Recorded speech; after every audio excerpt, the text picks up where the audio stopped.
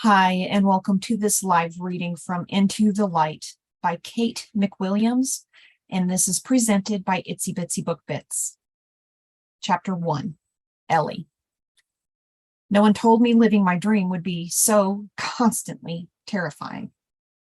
It was a warm and sunny Thursday in October, my favorite month, but instead of enjoying it, I was stressed out. My shop, Moonbeam Jewels, was brimming with people, an unusual occurrence for an autumn weekday. This warmer weather we'd been having led to a late influx of tourists in Moon Harbor, and the fear of not being able to pay my bills in the winter kept me hustling. But while my bank account appreciated the extra tourist dollars, I had to admit I was ready to have my quiet town back. A calm settled over the place in the off-season. Locals banded together to enjoy the spaces usually overtaken by outsiders. The streets would be empty and the bar stools ready and waiting for us. But for now, I was trying to wrangle every last sale I could. This was the first year I actually made a profit. It wasn't much, but it was all mine and all due to my vision and hard work. So while other business owners in town were flush with cash this time of year, I was cautiously saving and counting every single penny, which wasn't that different to how I normally lived, just a few more pennies to account for, which felt pretty darn nice. "Hey, Ellie," my soon-to-be sister-in-law Alex walked through the door with 2 cups of coffee in her hands, and God bless her for that. "Hi, please tell me one of those is for me. I haven't had a sip of caffeine since 7 this morning." Alex smiled and handed one over. "But of course, Sarah made you some special new latte she said you were obsessed with." "Oh, heck yes, salted caramel dirty chai. It's to die for." I took a sip and closed my eyes in delight. "Ooh, I should have had her make 2. Alex looked around and shimmied behind the counter. "This place is a madhouse. You need any help? I'm free all afternoon." "Well, I wouldn't ask, but I won't turn it down if you're offering." "You can always ask, babe." And I knew I could, but I refused to. My brother Sam was always trying to help, and I secretly adored him for it, but I also hated that he thought he needed to. I could do this on my own. I had to do this on my own. "Maybe just for a little bit so no one feels ignored," I said, and Alex nodded in understanding. She was also a business owner, heading up her own IT and web design company. And our other best friend, Sarah, owned the Witch's Brew, the best cafe for miles. It was a cool coincidence that we all had different passions, yet similar paths, and I admired their success, wanting to be at their level one day. We greeted customers and answered simple questions for the next half hour. I had to admit it was convenient having help in the store when it was so busy. Maybe I'd consider hiring a part-time employee next season. At a lull in the shop, Alex came back to the counter to stand with me again. "You're going to Raphael's thing tonight, right?" Shit. I'd been trying to think of an excuse for days to get out of Raph's birthday party at the Anchorage tonight, but came up empty. Yeah, I should be there. What time is everyone meeting again?" "Sam reserved a table at 8. We're getting old. That's party time for us," she laughed. I was years younger than everyone else in my friend group, but it didn't always feel like it. 8 o'clock sounded just fine to me. "Did you get him a gift yet? He's so hard to buy for. No one even knows what he likes." "No, I'll have to figure that out after I close up." That was a lie. I already had his gift picked out. Raph was an enigma for the most part, but not to me, because I'd always paid him more attention than I should have, which was why I didn't want to go to his party tonight. I'd spent years nursing a crush on my older brother's friend, one of his best friends, and the man acted like I didn't exist. At least most of the time. The only time he paid me any attention was when he was trying to act like another overprotective big brother and chase away dates. And I certainly didn't want to think of Raph as a brother figure. I also sure as hell didn't want him thinking of me as a sister. But I'd recently come to the conclusion that it was all I'd ever be to him. So I was trying to preserve my heart by keeping my distance as much as I could. But Raph didn't ask for much. He was always there for everyone else and never made anything about him. So I'd be a pretty big jerk if I missed his birthday, the one day we forced him to be the center of attention for 2 hours.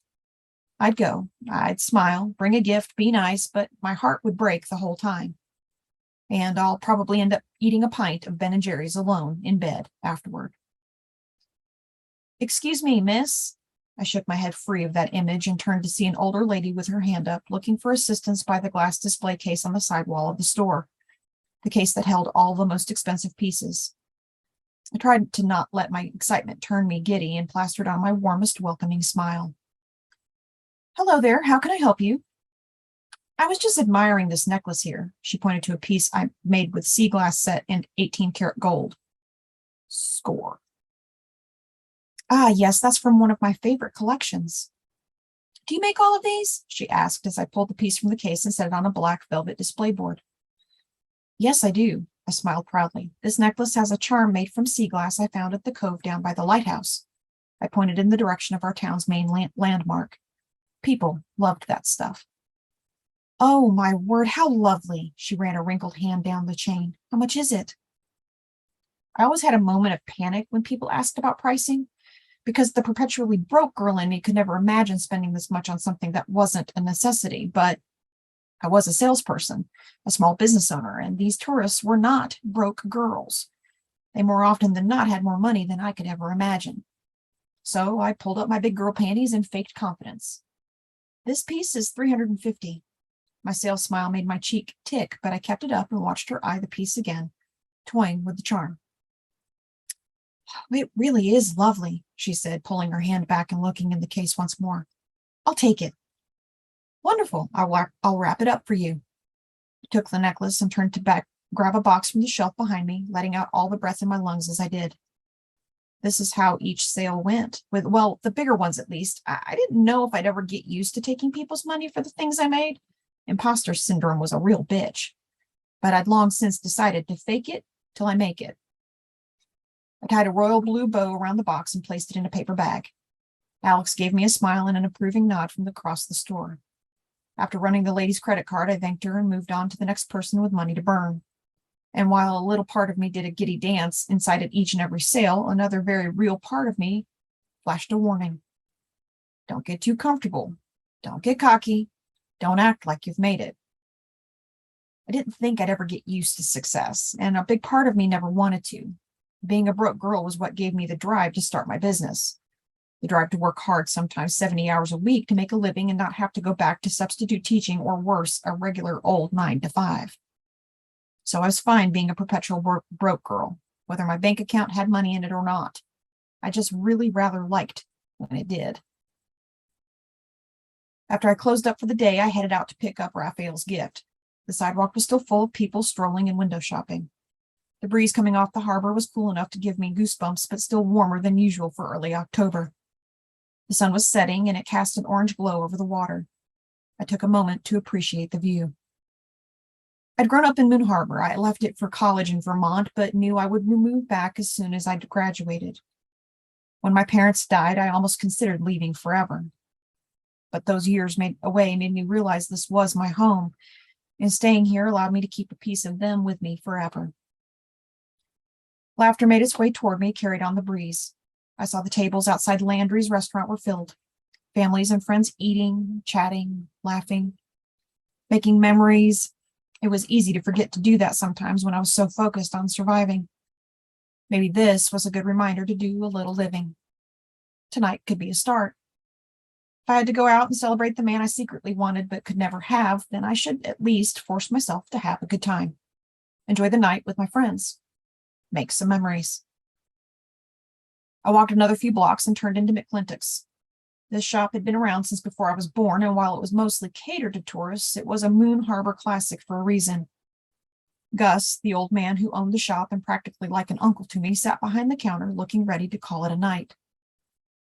"Busy day, Gus?" "Busier than I've seen this time of year in over a decade.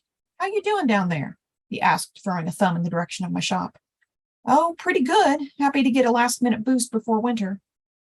Gus grunted and nodded, his white hair flopping around his ears. "I'm here to pay for the knife." "I've got it back here for you." Gus bent down to pick up a small box from one of the shelves behind the counter. He opened it and laid it down so I could see it again. A bespoke pocket knife with a mahogany handle set neatly in a black box. The handle was inlaid with gold in the shape of an anchor. It was handmade by an artist up in Bangor. I'd seen it a few months ago and knew it'd be perfect for Raph. He'd had a similar one, but lost it last spring when a wave almost took him overboard on his boat. It really is stunning. Sure is. Maddie does great work.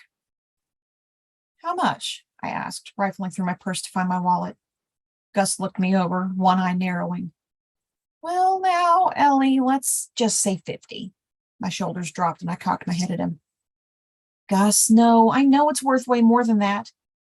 Yeah, but I'm not going to make a profit on you. Plus, it's Raphael. It's for Raphael, right?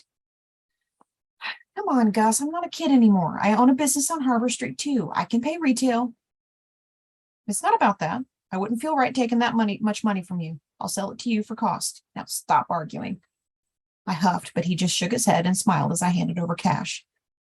Well, I'll remember this next time you get Cheryl a birthday gift from my shop, old man. Yeah, now get out of here. I want to close up. I leaned forward to give him a kiss on the cheek and grab the bag from the counter. Thanks, Gus. Don't mention it. Just be sure to sing real loud tonight. Raph don't like that attention on him. Give him hell. Couldn't help but laugh at that. Oh, I sure will.